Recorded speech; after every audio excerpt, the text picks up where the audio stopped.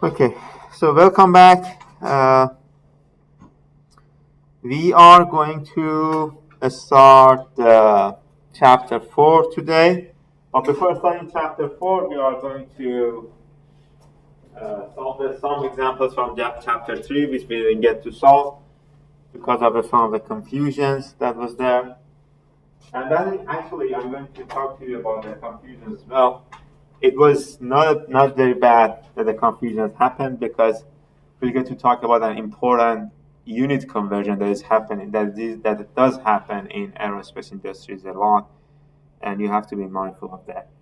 Okay. Afterwards, we are going to start talking about chapter 4. Chapter 4 is essentially your cycle analysis, your regular jet cycle analysis, like the most basic cycle analysis of a jet. We will introduce a cycle analysis at turbojet, what we are going to do essentially, and then we will talk about the gas generators. We will move on to the aircraft gas turbine engine, and we will look at different components of it. So this is more the components of the gas turbine. The study of those components are essentially more of an introductory thing to the whole thing. We will talk about inlets, the compressors, the combustors, turbines, and so on and so forth. We will have a small discussion on the afterburners and the different exhaust methods that you can add, additions that you can have after the turbines. And if we had enough time, we will talk about the turboprop engine. We will do the same analysis for the turboprop engine as well. So basically, whatever you need to learn from an undergraduate propulsion course is going to end by chapter 4, right? But those of you who know me know that I'm not really content to the basic stuff.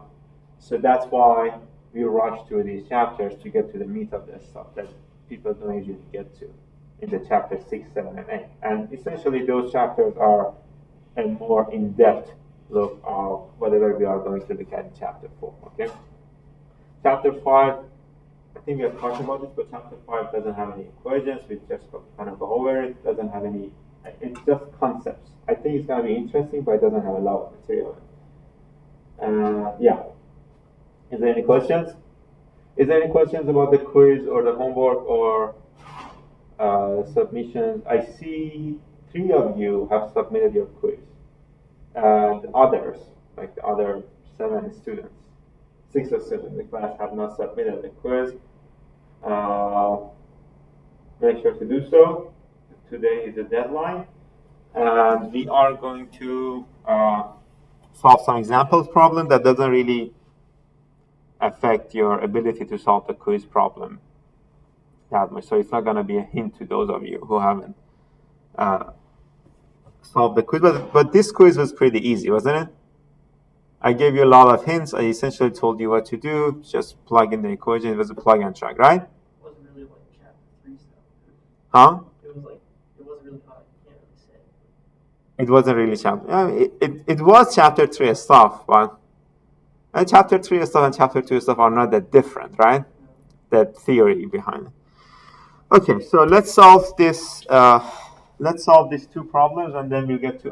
In this class, we are going to talk about today's class. We are going to talk about the gas generators, and we are going to talk about the inlet component of the gas turbines. And then we're going to have the rest of the discussion for the next chapter, next session on Wednesday. Don't forget you will have a quiz this week as well. I will post another homework with like 4 questions, a small number of questions that will be due on the weekend as well. On Tuesday. Let's do Tuesday. What day is this homework due? Today. Okay, so next Monday. Okay, yeah. These are your book problems that you want to solve. I decided to just copy and paste the text of the problem here, so it's going to be easier for us to go over. This is problem 3.2 of your book. Let me bring the problem from itself. It is telling us that the total pressure and temperature of the gas are specified for a turbofan engine with a separate exhaust streams. This is the fan, this is the engine we are talking about. The mass flow rates in the engine core and the engine fan are also specified. So, just to clear a little bit of the confusion, we have these numbers talk about we are talking about the turbofan. So we have a fan mass flow rate, so that's the total mass flow rate that is going into the fan, and then we have an engine core mass flow rate that is not going to bypass the engine, right? Obviously, the smaller one is going to be the one that is going into your engine, which essentially this is going to be your end air if you were to calculate any of the like the engine thrust or whatever, right? And this is going to be your total end that is going into your turbofan. Okay? Yeah.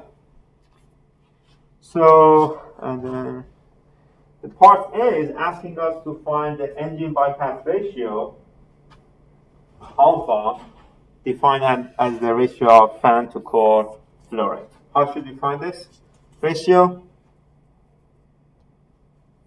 Any ideas? The average? Or not the average, Does it just essentially take the ratio of? Are you gonna be needing this page, or are you writing anything down from this page? the numbers. I'm gonna post that lecture anyway, so you don't need to, because I need to write down the answers, right? So problem 3.2, right? So if you go back to here, the problem 3.2, yeah, the engine bypass ratio. Let's call the bypass ratio alpha.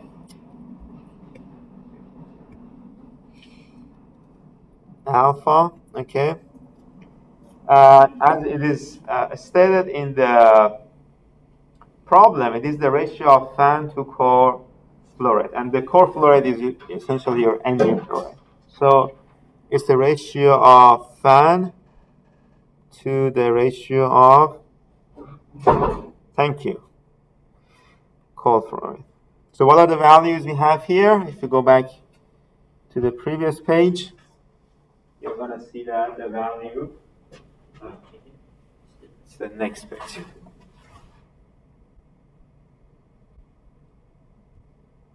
This one, right?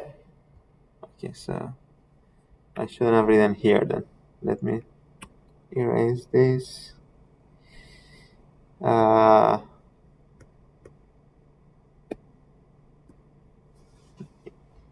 your alpha is WF fan over WF engine or core or whatever.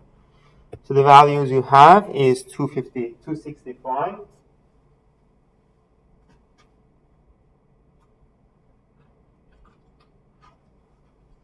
And 195. Okay. Can you do the math form? Can you do the calculation form? Let's see what you're going to get.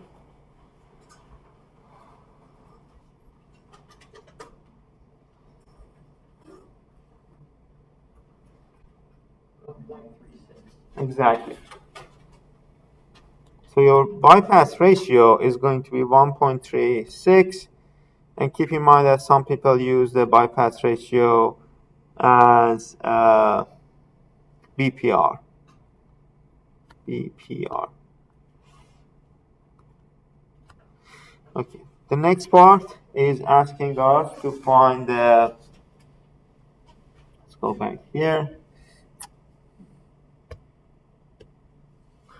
Is telling us from the total temperature rise across the burner, estimate the fuel to air ratio and the fuel flow rate in pounds mass per hour, assuming the fuel heating value is QR 18,600 BTU per pound mass, and specific heats are given as well. At constant pressure is 0.24 and 0.26 BTU per pound mass Rankine at the entrance and exit of the burner, respectively.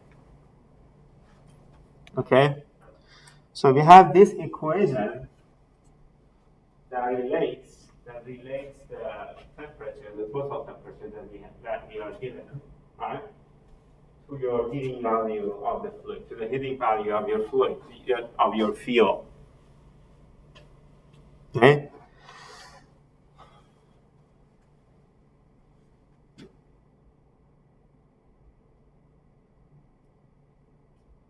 Well, where did we get that equation? Can any one of you explain to me?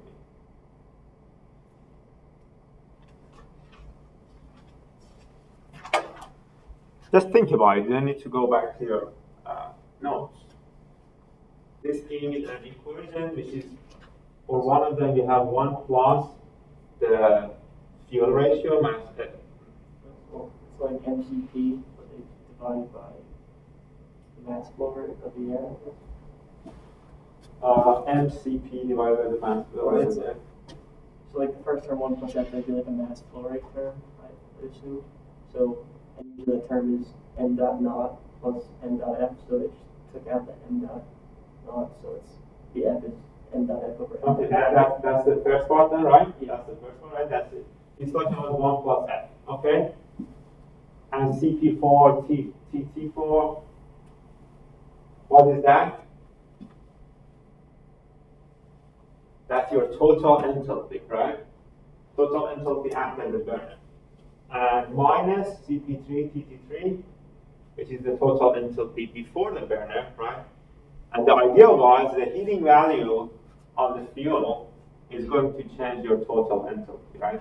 So the changes in total enthalpy is going to be equal to the heating value. You divide everything by an F, that's the fuel to mass flow rate, to take the n dots out and just have the F. Does that make sense? So it's a very simple energy balance that we have seen before. And yeah. So the second term should have an m dot naught, but they just divided it by. Yes, exactly. That's it. So essentially, what you have here is should be n dot naught plus n dot F minus n dot naught CP3 equals to QRF. Right? Then you divide it by n dot F. That's actually n dot naught plus whatever plus n dot F multiplied by QR, right? N dot F multiplied by QR. And then you divide it by n dot naught, you'll get the fuel to air mass ratio, mass flow rate ratio. Okay, so we have the QR, we have the CPs. Do we have the total temperatures? Yes. But you have to keep in mind that they are in degrees Fahrenheit. Do we have to convert them to Rankine or not? Yes. How do we convert Fahrenheit to Rankine? Okay. And we do the calculation then. And we are looking to find F. F is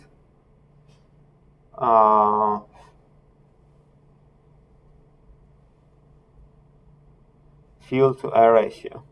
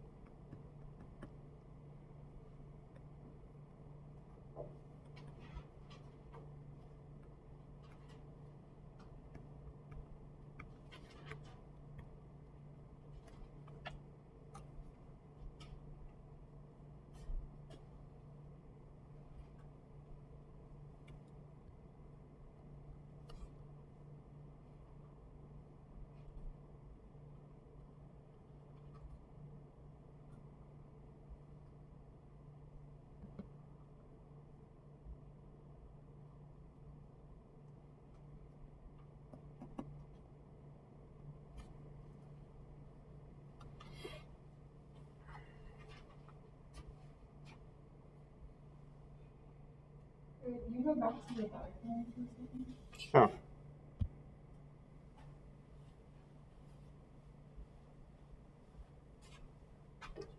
temperature is the temperature before the burner? For the combustor, and which temperature is the temperature after the combustor? 1400. So 1400 plus 460 or 459 better. So then 15 plus 460, right?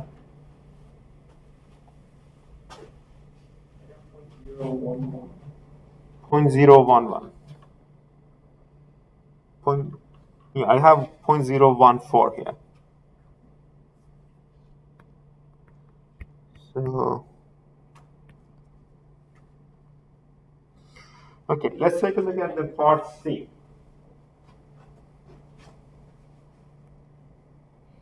Part C is telling us the engine static thrust based on the exhaust velocities and the mass flow rates, assuming perfectly expanded nozzle, is asking us to calculate this. The engine static thrust based on the exhaust velocities and the mass flow rate, assuming perfectly expanded nozzle, and we want to compare the value to the specified thrust of 18,000 pounds.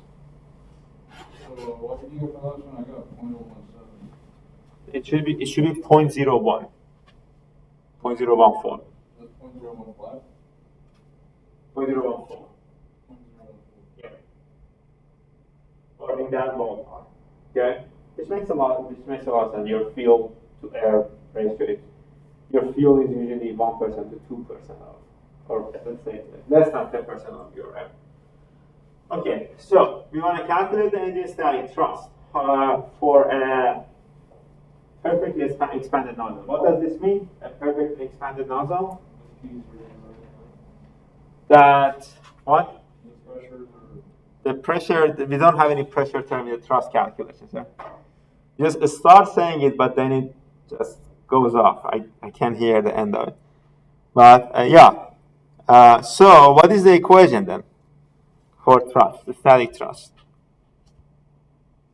Or the uninstalled thrust. Okay, and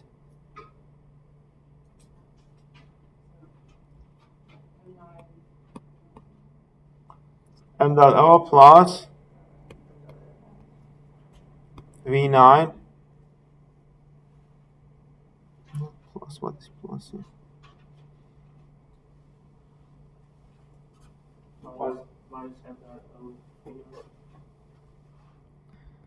Minus m dot O. Which velocity should we use here?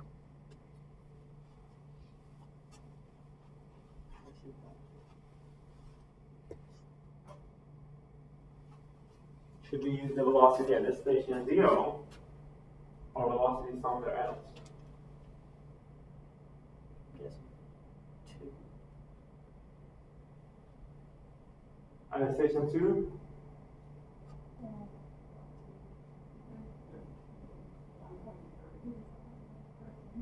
Station 13. Why at station 13? Go back to the equation. Which part are you talking about? Pardon me? Which velocity are you talking about? Are you talking about V9 or the other one? No, and V9 is the exit velocity. So we already know that we have to use this the exit velocity. And it was minus m dot V. And got some V naught, right? That was the original equation. My question is for a turbofan, which velocity should we use? Let's go to the very first one. Here? I would say 13 because it's given. That's a very good. So, in a turbofan, is the fan considered like part of the ambient air still? And then once you're past the fan, that's where the inlet is? Okay, so we are. That's the point, right? That's the point. Do we have to consider the fan, which gives you the bypass ratio and everything else? Do we have to consider the part of the engine or not? And the answer to that is no. Right? If you were to calculate the engine thrust or the engine static thrust, as the question is asking us, you have to calculate the engine inlet velocity, right? Which is going to be after fan. Okay. So plug in these values and calculate the thrust. You have the values. Let me, so this is going to be V13.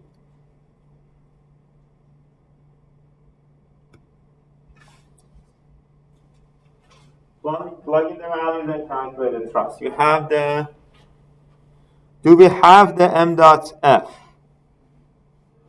No, but we have the fuel to air ratio, so we should be able to calculate m dot f. That's 0.014, right?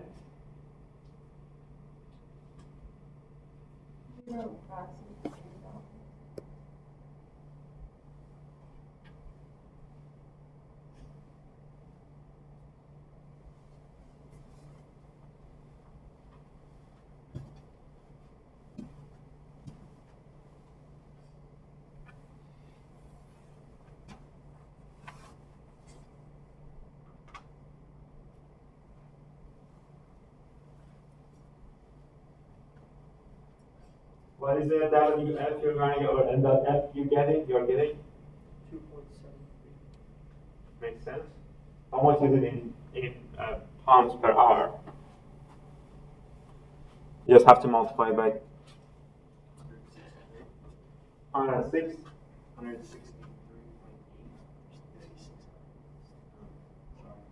36. You have to multiply the values, right? Right again. To 3,600, which is going to be somewhere around 9,000, right? Yeah, 820. Okay, yeah, that's correct. That's correct. So, what is going to be your total mass flow rate then?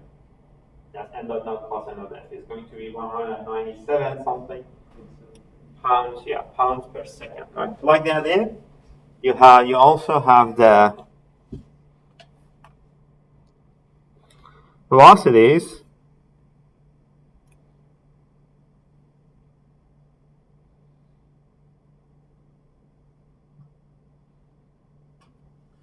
And the mass flow rate. Just do the calculation and tell me what is the number you're getting.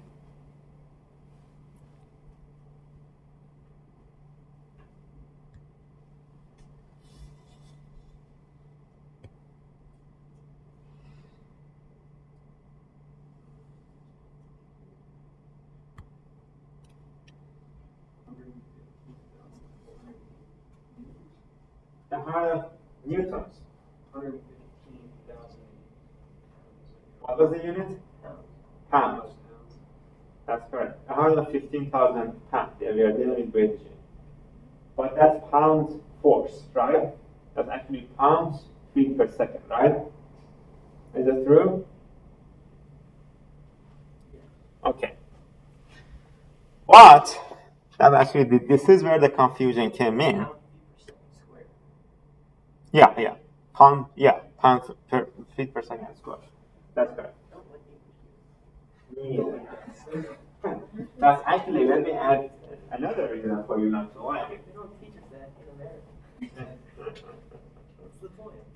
Yeah, no, I get it. So, but the static thrust, the design static thrust for the engine is 18,000, right? That's actually where the confusion came in. The other day, right? The value we were calculating was different. And that actually, it is very good that the confusion came in because we get to talk about it, right? So, why? You had 115,000 in your calculation, right? But we have 18,000 here.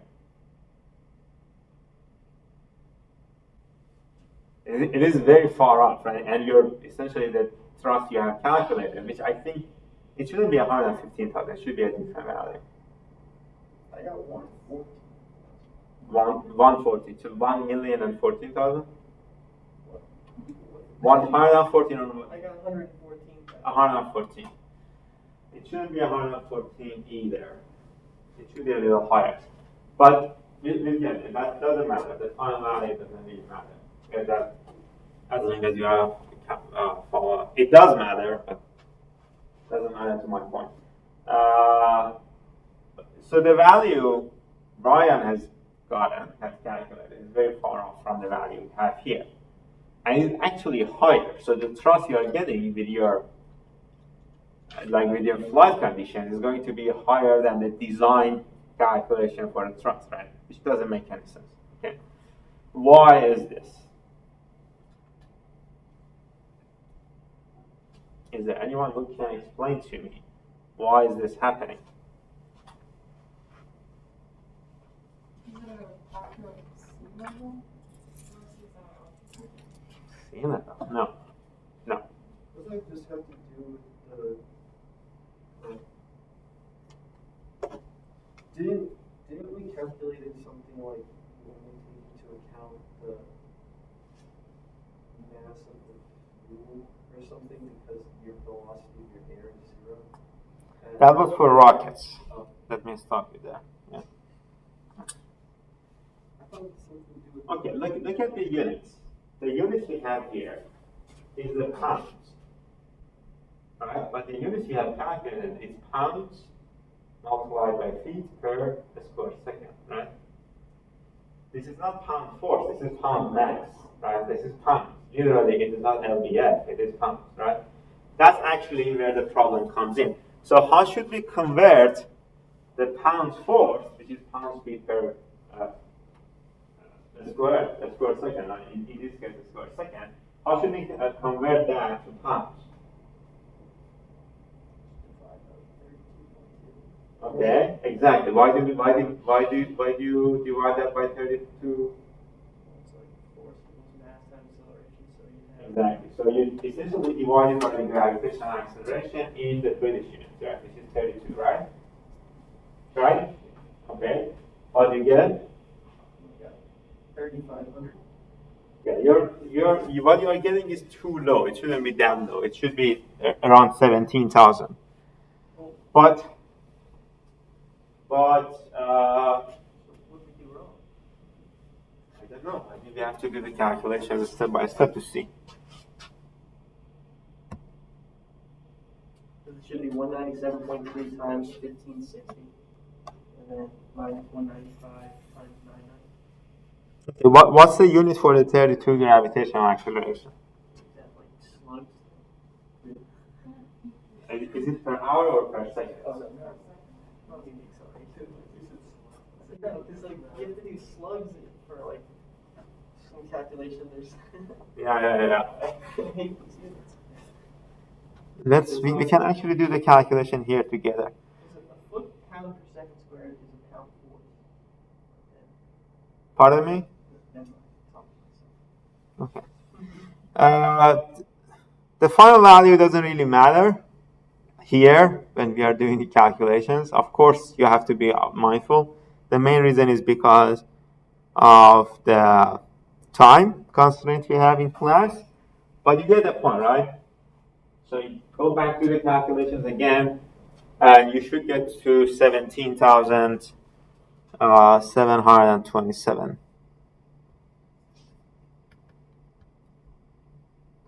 pounds, right? So when you're dealing with British units, the thrust they usually give you, the design thrust they give you, is going to be in pounds, right? So you just have to be mindful of that. Okay, so what was the next part of the problem? The next part is telling us to find the thermal efficiency of the engine. No. Forget that part. Let's go to part D. Find the thermal efficiency of the engine. That's part D. Thermal efficiency of part D. I was reading a different one. How should we calculate that? How should we do that calculation?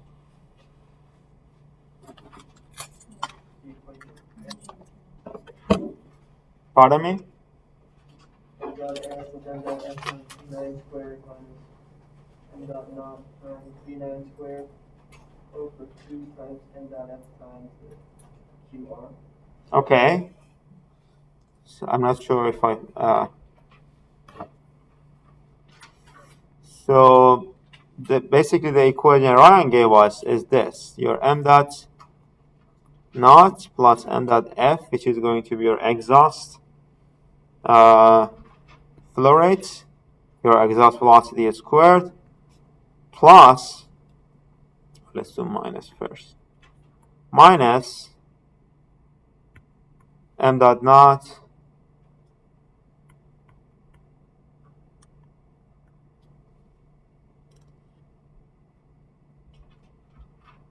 V naught squared, right? Shouldn't be V9.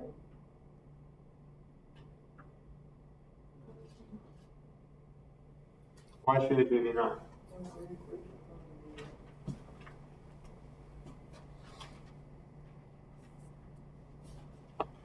But there is another component. Yeah, we do. I was getting there. That's all right. But there's another component in the numerator. What is that component? Like, Ryan, if you have V9 in your notes, then these two will cancel, right? So that doesn't really make sense. Put it right in the homework. Pardon me? Okay. So what else should we have in the numerator? Or should we, let me rephrase my question. Should we change anything about this equation? No. Okay. Are we all on the same page? We shouldn't change anything about this equation? We are looking to find the engine thermal efficiency.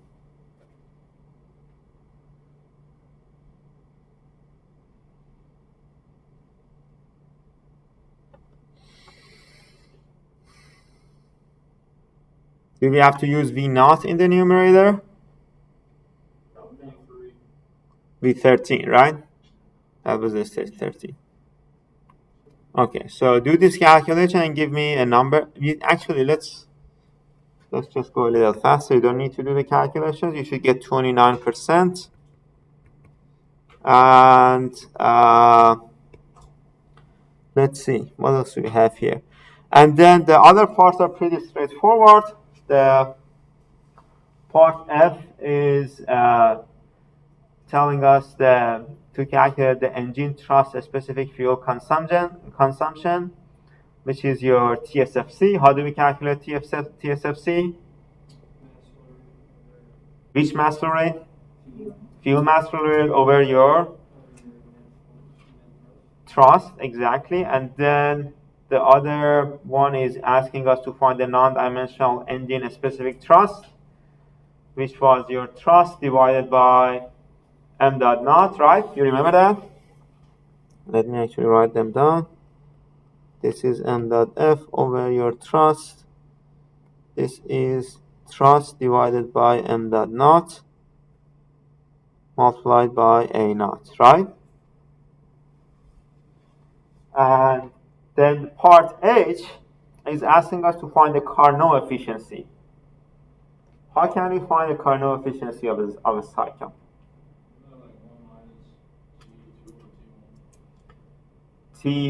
What are those temperatures though? T2 over T1?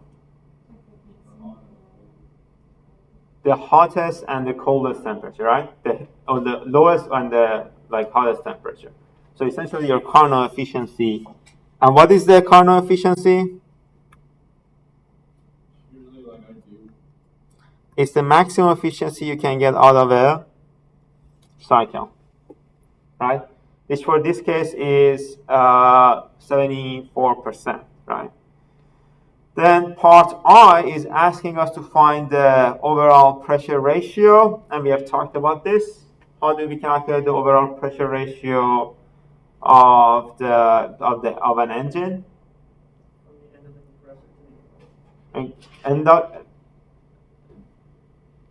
Yeah, exactly. So essentially, the outlet of the compressor to the outlet of the inlet, right? The inlet and outlet of the compressor, in and out of the compressor. So essentially, for this case, it's going to be PT3 divided by PT.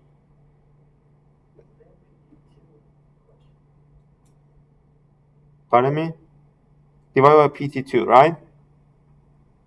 Yeah. Doesn't the compressor technically start at 13 though? Yes, so it should be PT13 then. Why are we? What? says right on the thing, it says PT3 over PT2.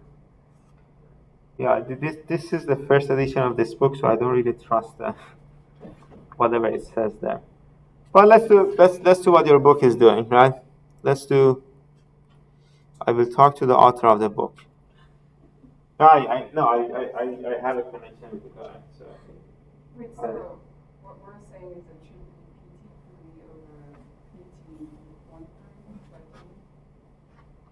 be PT3 over PT1 13? PT3 over PT13, right? But, right, this ratio actually doesn't really change that much if you use a 13 or 2, right? Compare PT3 to 13 or 2, right? That's the idea of a compressor, right? So I will definitely send an email to the author and talk to him about it. Okay, so the last part is this is actually maybe the hardest part to grasp of this question, but it is asking us to find a fan nozzle exit Mach number. And it has given us a hint, right?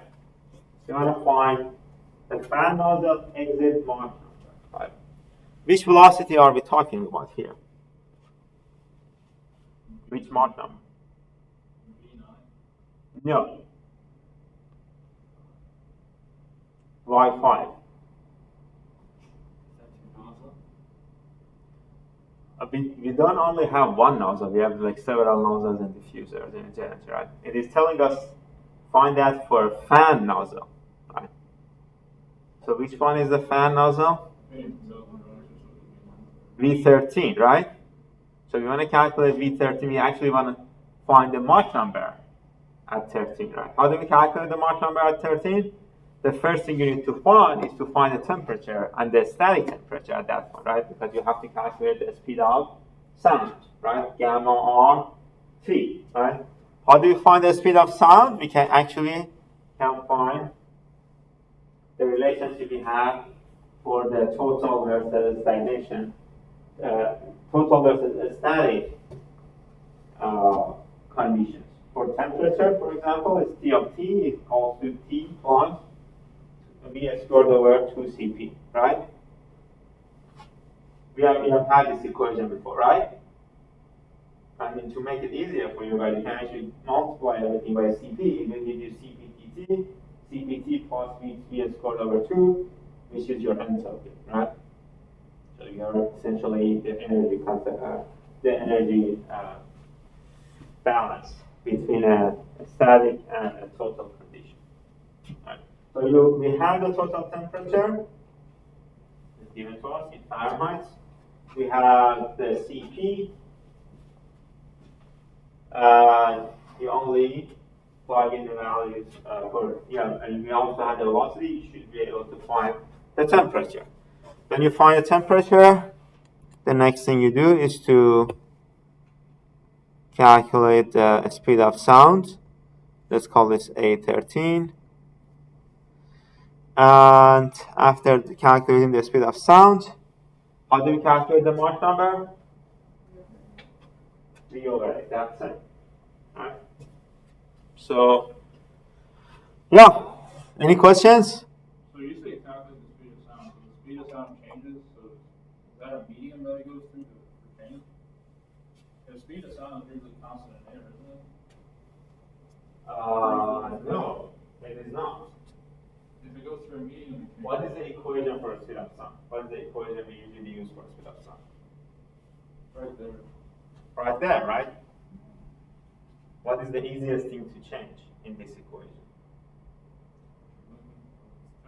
Temperature, right?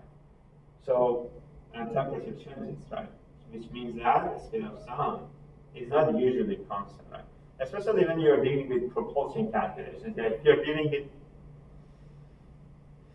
I don't know, like maybe car aerodynamics, the speed of sound, you can safely be able to assume that the speed of sound is constant, or even when you're dealing with the external aerodynamics, right?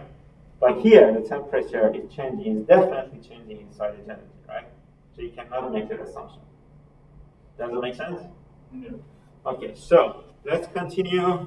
We have another example we want to go over. This is actually the same example we stopped at when we in the previous lecture.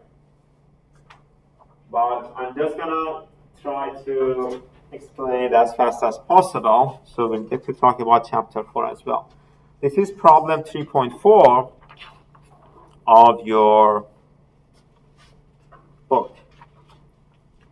Okay, and 3.4. Okay, and it is telling us a large bypass ratio turbofan engine is described by its fan and core engine gas flow properties. Right? We have the properties. Your fan flow rate is 1248 pounds per second, and your engine core flow rate is 247 pounds per second. The first thing that they have asked us to find is the overall pressure ratio of the engine, right? How do we calculate the overall pressure ratio of the engine? Ratio between pressure down compressor and start compressor. Let's start with the end. Let's go with the start of the fan, right?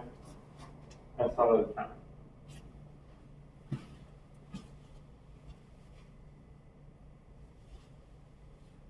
Actually, you can make an argument for it.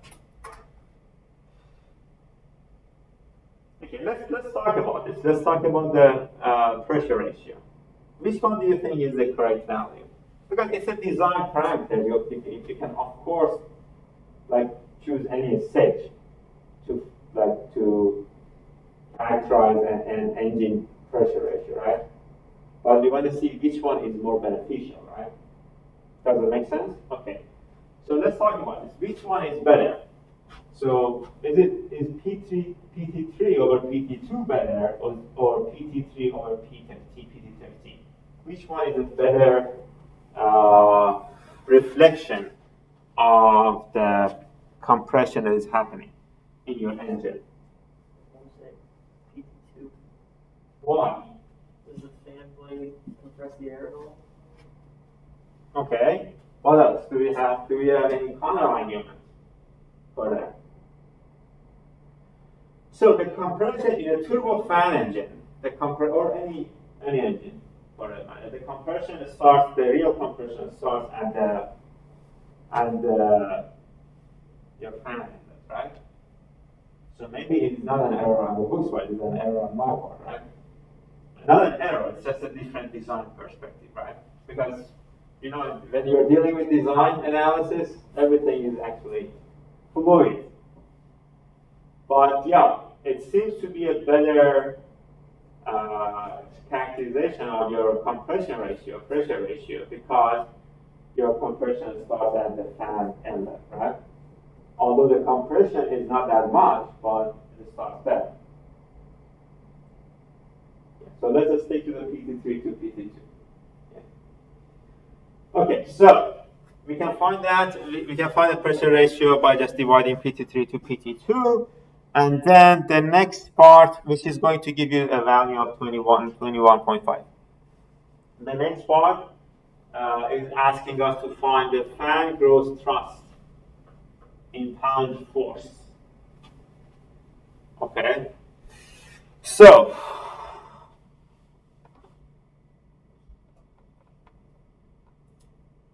this one is an error. How should we do that calculation? The gross thrust. What is the gross thrust of the fan? It's M dot O plus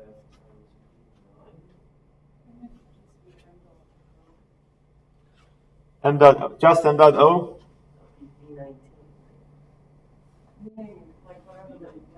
Okay, so we have 1 M dot O V9. Oh, just the fan? Yeah, just the fan. That's not what it I meant, just the airflow, not the fuel. That's right. It is definitely just the air flow rate, right? But we are talking about the fan growth, so the fuel doesn't even come into play, right? So you don't need to, but you are correct, yeah. And there's no but, you are correct. And yeah, so m dot O 319. Do you have the values for that? Yes, we have 885, and we also have the m dot. What is m dot here?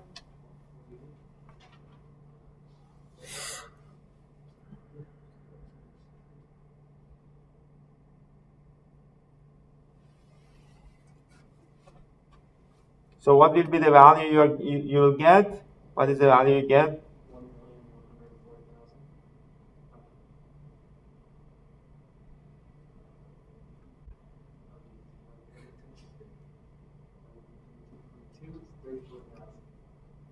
34,300, right? That's in pounds, right? Okay. And then part C is asking us to estimate the fuel to air ratio, the same as before. What was the equation we used for that? We are essentially given the exact same parameters, 18,600.24.06 is the value that we are using the same fuel.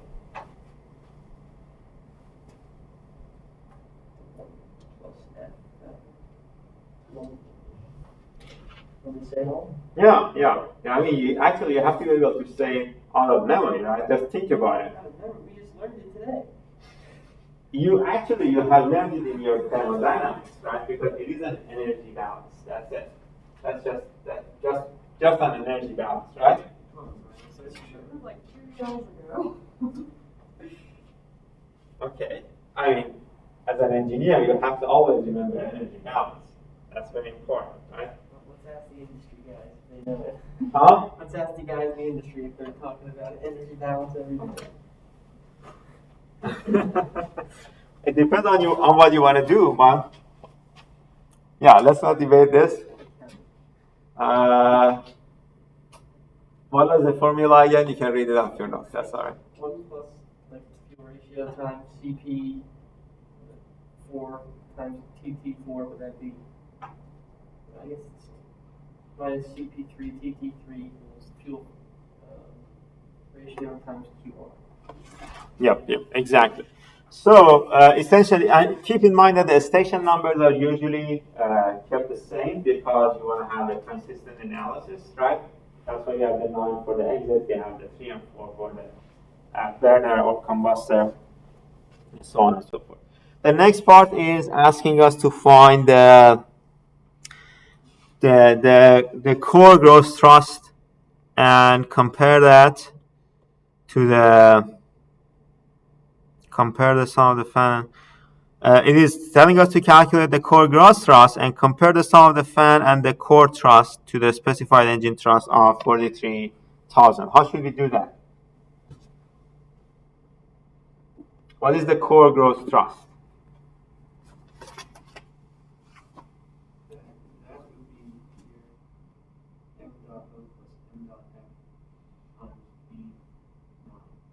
That's your gross thrust, right? Does everyone agree? Okay, let's do that calculation. Let's see what you're going to get. And we are looking for this value in pounds.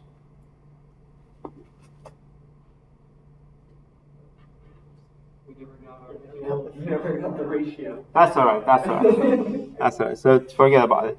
So let me give you the F. Let's see what we have here. Your F is 0.017. So if you do the calculation of F, this is the value you will get. So using this value, calculate the core gross thrust, the engine gross thrust, and then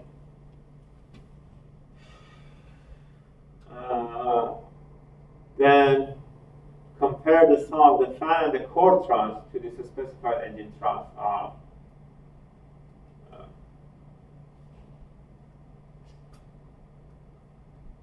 whatever it is. Oh, that makes sense then. In the last problem, we never got the fan thrust, which is why it was a lot smaller. So we just got the core gross thrust. Okay, that makes sense. Yeah, we didn't get the fan thrust? No.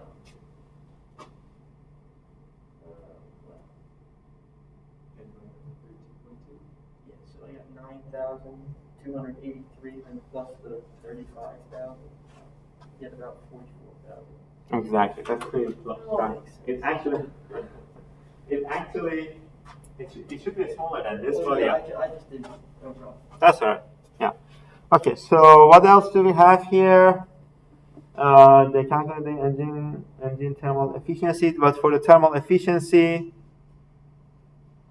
yes, that's the thermal efficiency problem 3.4. Can I ask a question? Yes, go ahead. Could you just remind me what the WAF is at the bottom? Okay, WAF is going to be your total M.F M.0 that is coming in, fan plus engine core. WAP is going to be only your whatever. Okay, let's see. I just remember that okay, we forgot something here, right? In the efficiency calculations, equation. So what does this efficiency gives you? Tells you. What do we do to calculate the efficiency? We just subtract the kinetic energy at the exit by the kinetic energy of the outlet, right? The shaft power too. Not the shaft. Here we are just we are dealing with the kinetic energy change, right? And the total input energy, which is going to be your conductor energy, right? That was the idea. Does this represent the total change in the kinetic energy? Then you're dealing with a turbofan engine.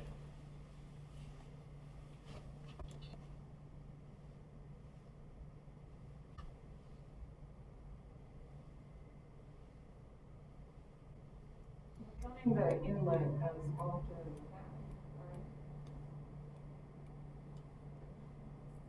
right? Okay, so So isn't there a change in kinetic energy from the inlet on the fan to the exit? okay, so you essentially what you're telling us, what Tyler is telling us, is that we need to include the fan kinetic energy as well in these calculations, which is correct. Okay, so we need to add another term in this specific calculations.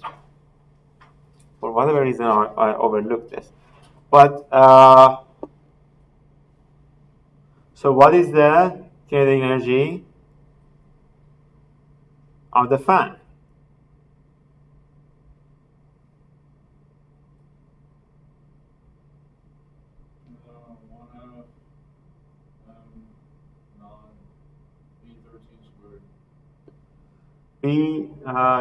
Yeah, exactly. So essentially M.F, your fan M.B 13 squared. That's right.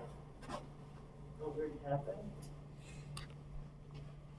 What do you mean? Yeah, we already have that. You just have to add it in this equation. Oh, and that. Gotcha. Okay. So these are all going to be your outlets, the jump in kinetic energy, the addition part, and then you have the inlet kinetic energy, if you will. The initial kinetic energy, final kinetic energy minus the final kinetic energy. Does that make sense?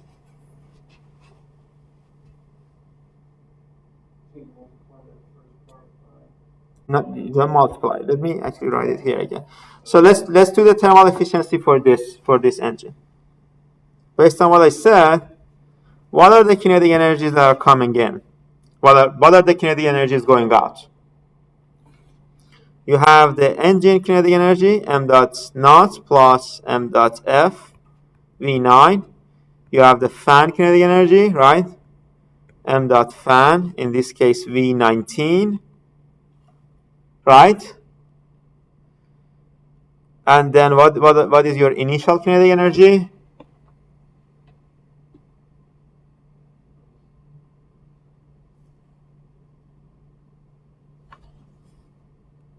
Your total mass flow rate, keep that in mind. Your total mass flow rate minus V0 squared.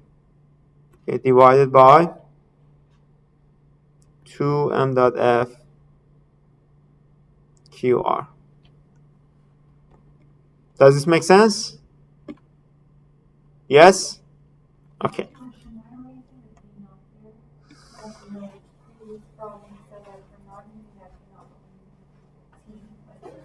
Yeah, sorry, I meant here. Sorry, that's Vina. Why did I say? No, didn't we use that because we used after the, you said it was after the plan. Should we start doing it back to? Yeah, if you're, let me, I just remember what I said. Okay, that was correct, right? If you're dealing with the, I don't know why you put that. That is correct. If you were to calculate the thermal efficiency of the engine core, that equation was the correct equation. That's what you had to use, right? If you were to calculate the total turbofan engine, the thermal efficiency of the turbofan engine, this is the equation you need to use. Okay? And the M dot at the end, that includes the 1248 and the 247. Yes. That's actually if the velocity is... No, it doesn't. Why should it? Because you said, wouldn't it be the total mass? Okay, so let's I don't know why I use the solution they have provided to us. I shouldn't. Let's say this is your turbofan. Okay, you have the fan going in. What is the kinetic energy? How many outlets do we have here? How many exhausts do we have here? 2, right? One is this, right? And one is this. What is the kinetic energy of this exhaust?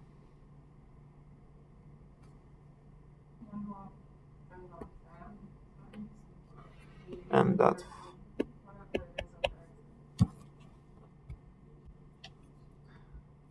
My pen doesn't write anymore. Again. Why?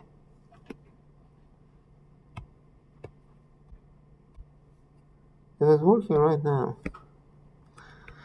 Okay. Okay, so everything works, but just the writing function.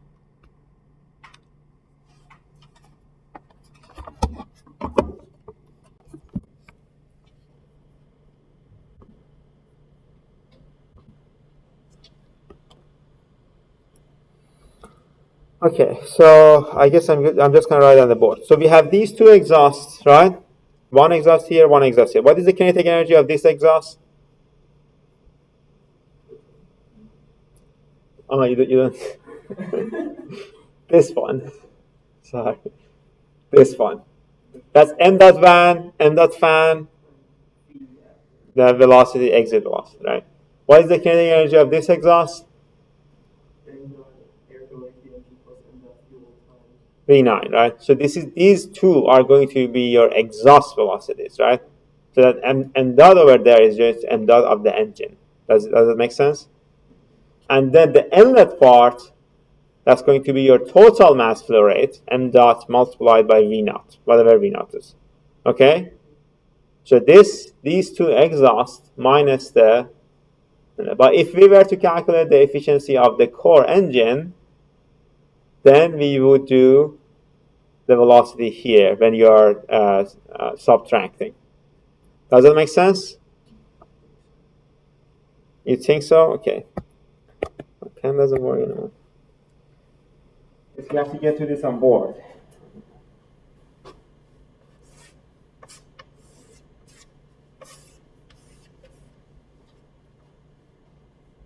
Your fan.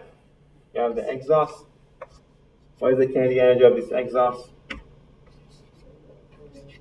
V whatever. Let's call it V fan. Right? What is the kinetic energy here? Let's call it m dot engine. Right?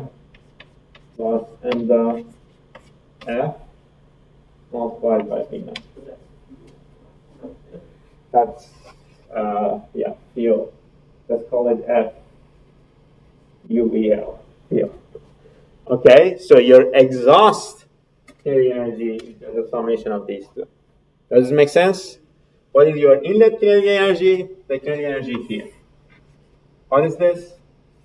M dot, let's call it the M dot naught, which is the total, right? Whatever M you have, multiplied by V naught, right? So if you subtract these two, you will get the jump in kinetic energy, right? For the total fan. N dot O is the N dot fan plus N dot E. So that was my question, is doesn't the M dot E, isn't that incorporated into the M dot fan because the air has to go through the fan, so if your M dot O is just your M dot fan? Yes. That's usually in this case as yes. Okay. So Okay. in this case,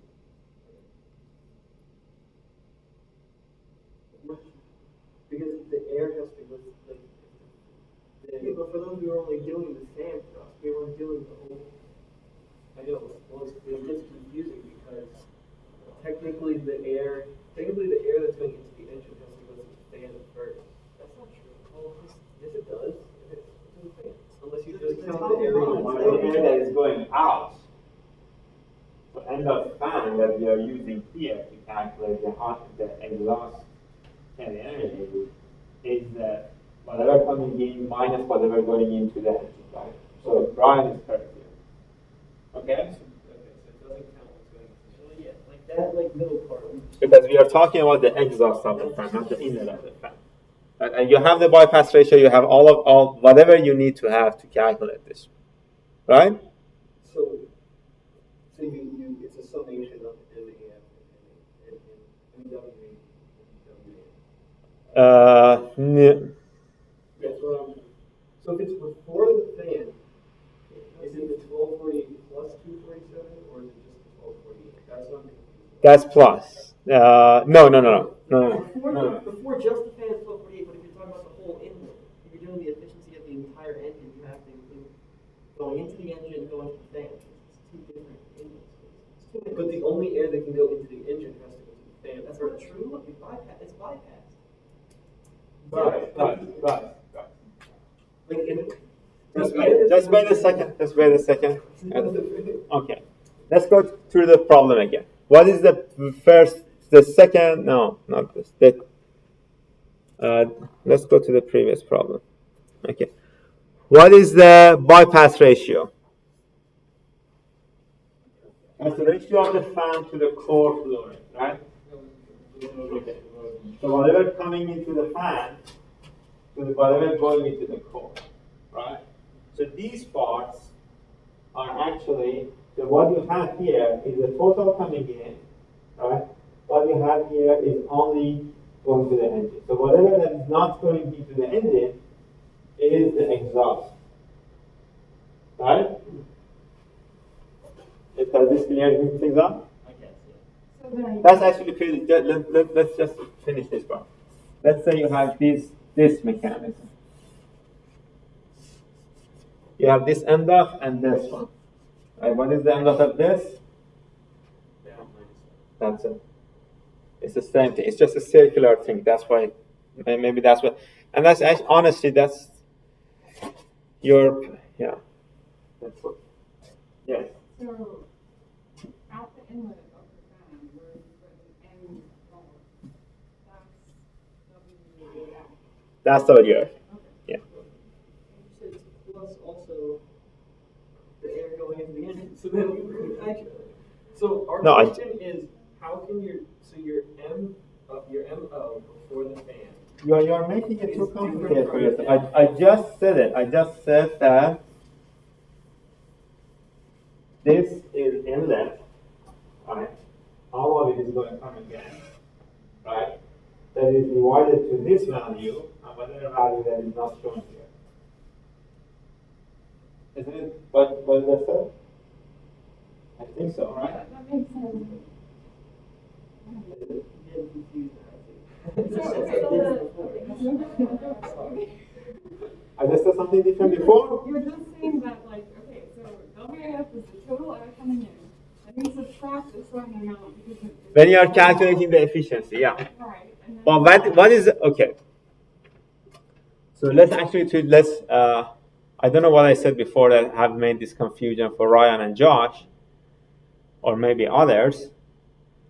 But let's try to answer another question here. What is the fan gross thrust? What is the m dot you include there in your gross thrust calculations? Just the fan, right?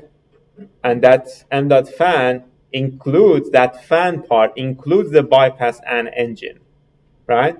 That's why we use WAF. And didn't we use WAF? Okay, so is this clear now? I think you guys are not confused about the concepts. You are just confused about which value to use, right? Is this correct? Because if your fan mass flow rate bypassed the engine, then why would that go through the engine? Your fan mass flow rate, not all of it bypasses the engine. The bypass flow rate bypasses the engine. Okay. Just think about it. You're pulling in some air with your fan, right?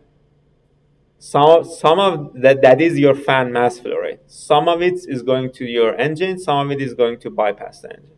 So your fan gross thrust is actually your mass flow rate going into your fan minus your mass airflow going into your No, your fan is one stage ahead of the engine. This is like this. You have the fan here, right? And you have the engine after the fan, right?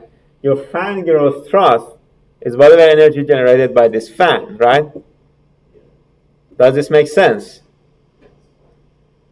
I'll just follow them. I'll have to watch a video. Okay. Okay, we already have lost the time. So let's just make sure that we are not all confused.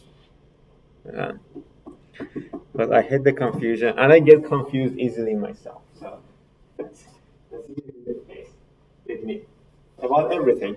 You should see me when I go to Walmart to buy something. Okay, so I just want to make sure that we are clear and on everything. Let me start by this. Let's see if you guys have any confusions. You are still confused about something. What is it? I think if I see the numbers and see which numbers get plugged into where, I'll be able to understand where the mass flow comes from. Okay, let's forget the numbers here, right? Forget the numbers, right? Because if in an exam, if I give you this problem or a quiz, I will tell you that M2 is this, M13 is this, right? I won't give you the mass, or I may say the mass flow rate in parentheses M2 is this, right? Does that make sense? So you won't be confused in an exam or a quiz. Okay, you know which mass belongs to what, right? But then when it comes to efficiency calculation, how do you calculate the efficiency of a turbo fan? Do you guys know that? Are we on the same page at that? So whenever you were confused, that's why I said energy balance is important. Actually, I got confused, I went back to the energy balance in my head, then I figured out the confusion for myself. You can do the same as well. And whenever you were confused, you go back to the definition of the thermal efficiency, which was the kinetic energy jump divided by the total energy input. What is the energy input we have here? Or mechanical energy jump divided by total energy input here. What is the total energy input we have here in the jet engine? Is the combustor, right? Whatever coming in is the combustor. So your m dot f multiplied by your total heat value of the field. Okay? Does that make sense? And then on the top, we have a shaft. We are giving some energy to the shaft. We don't have any information about the shaft power, so you just don't concern yourself with it. We only have the information with the mass flow rate. So kinetic energy then, with the velocity, right? Velocity and mass flow rate, right? So kinetic energy jump. The changes in kinetic energy is the changes in the exit, the kinetic energy of the exit minus the inlet, and that there's a sigma, right? So sigma exits minus sigma inlets. Okay, how many exits do we have? 1, 2, right? How many inlets do we have? Just 1. Right? Mass flow rate of 1 multiplied by the velocity at 1. That actually should be subtracted, right? And then for the exit, the mass flow rate, the bypass, we don't call it fan anymore. I think some of the confusion comes because your book uses this. We are going to use the bypass. So fan flow rate refers to the total flow rate that is coming in. The bypass flow rate is going to be the exhaust of the bypass. Okay? And then we have the exhaust of the engine, the core engine. Does this make sense? Is it clear now? Okay, whenever I use fan mass flow rate, just ask me, is this the bypass flow rate or the real mass flow rate? Fan mass flow rate, okay? So our final term, the m dot times v naught squared, would that just be 0 since we don't have the v naught squared, or v naught? We don't have a V naught squared? We don't have a V naught squared? That's your flight velocity, isn't it? How can that be 0? That's, no, not the compressor. Okay. No, okay. So that's a good question. We don't have the V naught. How do we calculate the thermal efficiency? Right? The V naught is supposed to be your fan velocity here, right? We don't have it. How can we calculate it? This is another one of those problems where you said V naught, but it's actually on the back end, so it's something else. No. It is not. It is not one of those conditions. No.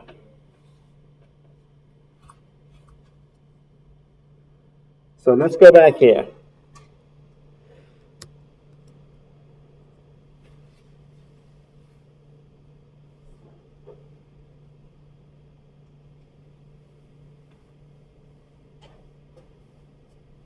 So we have the total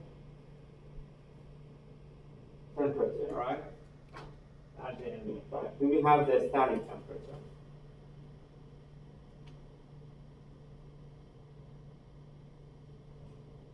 No. Can we assume a static temperature? Go to the flow tables. You don't need to go to any table. What is the sea level static temperature? 25 degrees Celsius. 25 degrees Celsius, right? So what's 25 degrees? What is 25 degrees Celsius in Fahrenheit? 70. Let's say 70, right? So you have the static temperature, you have the total temperature. Is there any way for us to find the velocity coming in? Okay, what was that there? Yeah, we do. T equals C equals V squared. This was the equation, and we have already used this equation, right? So not only we can find the velocity, right, Cp is going to be your air Cp at the, so you read this Cp from the table, so Google or whatever, right?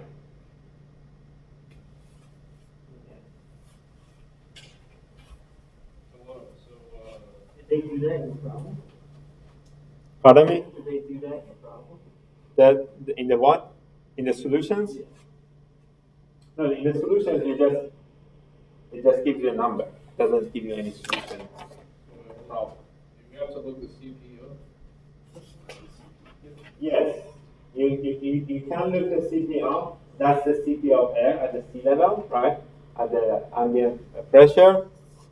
But I heard from someone who said the Cp is given. Is the Cp given?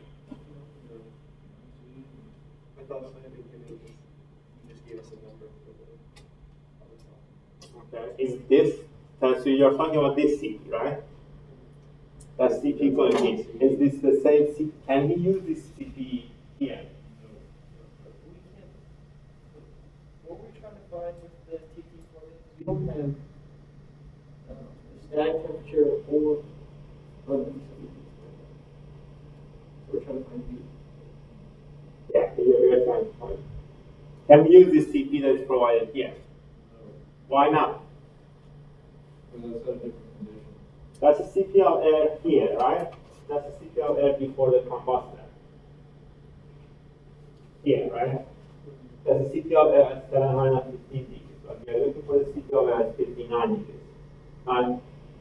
But it shouldn't, it actually should be in the same ballpark if you're use it in between. Think about it this way. The CP of air after the burner, so twice the temperature, has only moved 0.02. Right? So I would assume the CP of air at 59 degrees shouldn't be that different. So for solving one of these problems, say as a homework problem, and we can't find CP, shouldn't the book tell us what the home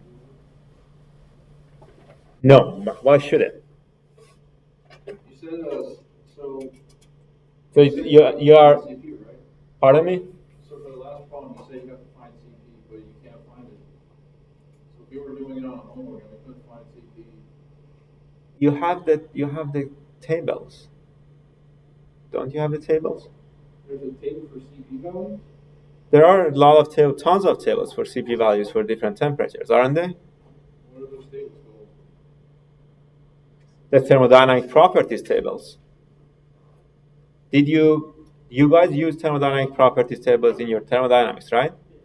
And you saw CP values there as well, right? I didn't know we were expected to use those in this problem. I don't think you have to. In this problem? Yeah. Okay, how do we find the velocity then? You know, we have to use it, but we don't have velocity. Did they actually do that in the solution though? I feel like they didn't. No, in the solution they did. That's what I told you. This is what they have in the solution.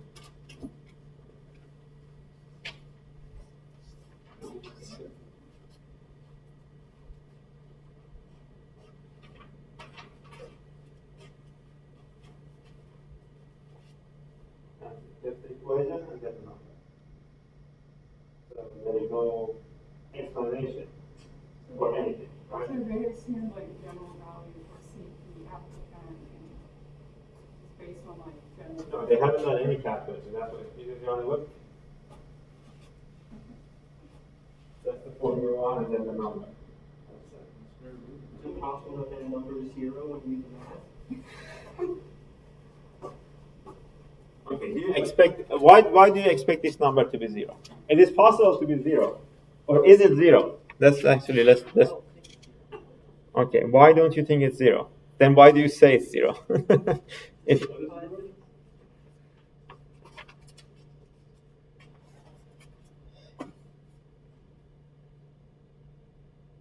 to what? But you said to what? To simplify things. So let's put it this way. Is this a correct? Let's say you assume it is 0, right? And you go with that assumption. Instead of calculating the velocity, that's what I expect you to do, to calculate the velocity, right? But let's say you assume it's 0. Is it a wrong assumption or a right assumption? Why? Cancels anything out. It will just cancel one term off, right? That's it. What are we assuming is 0? Why? That's actually that's my question. Why would you assume it's 0? I don't know why you're assuming it's 0. I'll just think because it's static, not moving. So intuitively you think the velocity is going to be 0. Okay, so the static temperature talks about the temperature when your fluid is not moving. I mean, the static conditions in general in fluid mechanics, right? Do they talk about the condition where your velocity is not moving or not? Or that's the stagnation condition, right? So. Are you saying we could technically assume that right up where it hits the fan, it's stagnation? That's what Ryan said. I'm just going about what Ryan. I'm not saying you are wrong. I'm just saying you have to have a justification for that assumption, right? You have to be able to justify your assumption. Okay, what is that justification you want? It is definitely not 0. That's for sure, right? It is moving at some velocity because you have to. I know, it's like, how does it justify? It is definitely. Well, then the question is.